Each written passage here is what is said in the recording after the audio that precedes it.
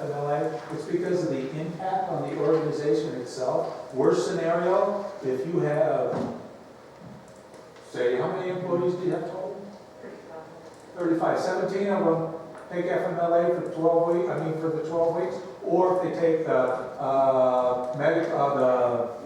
military exigency act, that's an additional 23 weeks or whatever.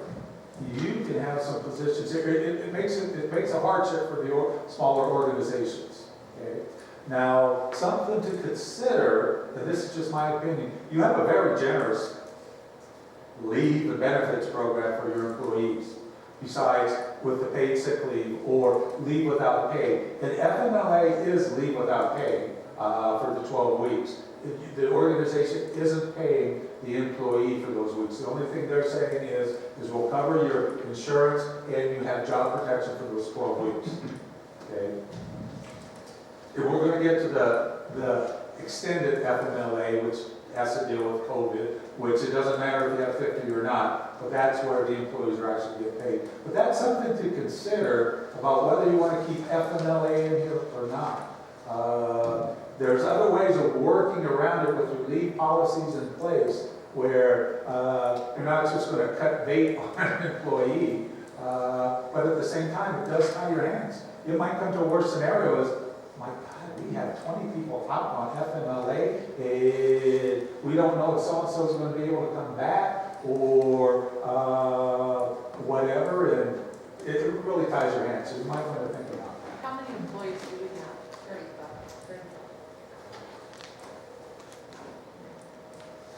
Okay, so that is the FMLA.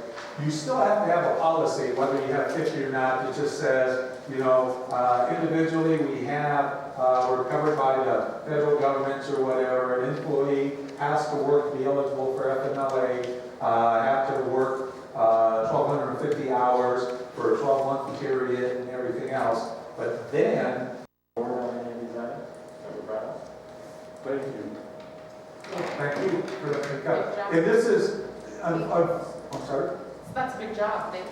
I'm glad I was able to, because this is quite an underdoing, and I want to commend Jeanette. She's the one that's been continually saying, we need to get these through, and that's refreshing to hear that. We have some folks that still have our templates from like 2001.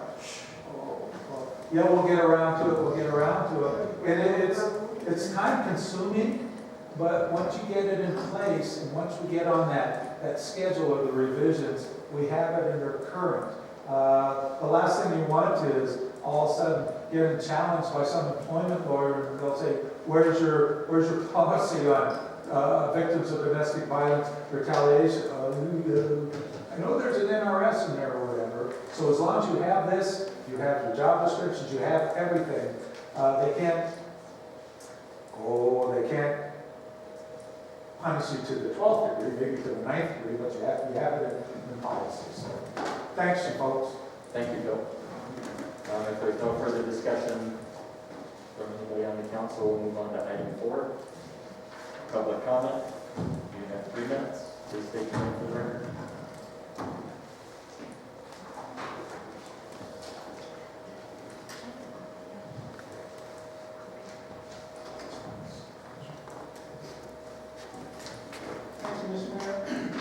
Mr. Mayor, someone was doing underground work on the corner of 7th and Park Street. Maybe underground electrical. If so, now is the time to have that electrical box and that metal, the metal guards repositioned right down the block of 88. There's an overgrowth of trees there. I'm not sure what's going in, but you need to address 88 and access on that corner. Mr. Mayor, over a year ago, I talked to you about the upper end of the cemetery policy not being followed. All the headstones have to be level. Ground level. Since that time, it's gotten worse. You don't have 1 or 2 headstones above ground. You have numerous. There was only one individual that had that permission. That was Mrs. Hanson. Temporarily, while she was alive, so she could visit her husband. Now you've got several benches there. You got to take the time and enforce your policies. Hasn't been changed, Mayor. You can't discriminate. There were many people who wanted the headstone above ground, but you didn't do that. But now, you continuously violate your own policies.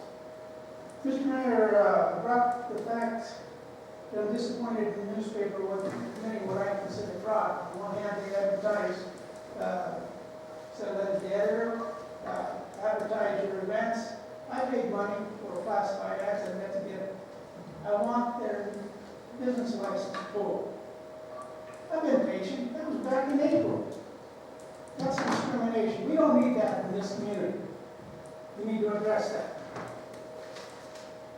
Mr. Mayor,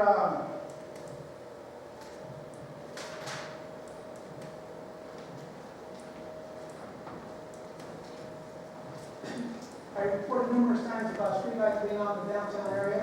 Some lights have been taken care of, others still remain. On the corner of 490 High Street, that's been now over a year and a half, going on for 2 years. I need that taken care of. Mr. Mayor, the parking lot, the convention center, again, does not meet minimum ADA requirements. It's almost in completion, and the walkway has not been put back in. We need to put a stop to it and find out who's overseeing that position. Not position, excuse me, that job. You have a building inspector, you know what the regulations are, and he's completely ignoring them. You're paying people for nothing. Mr. Mayor,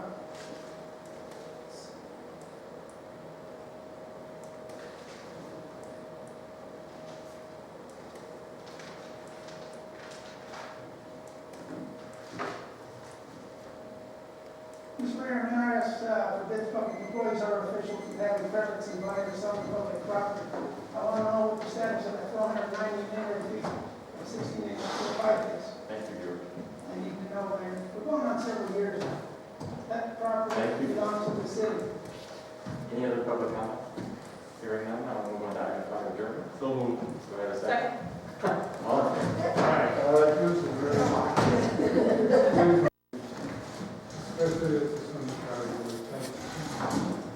I would talk to the attorney after draft the letter. I would talk to the attorney after draft the letter. In response.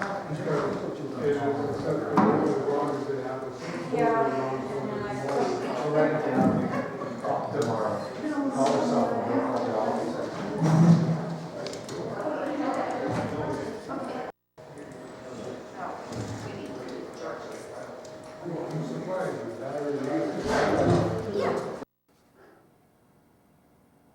This has been a Georgetown production. George Chachis reporting.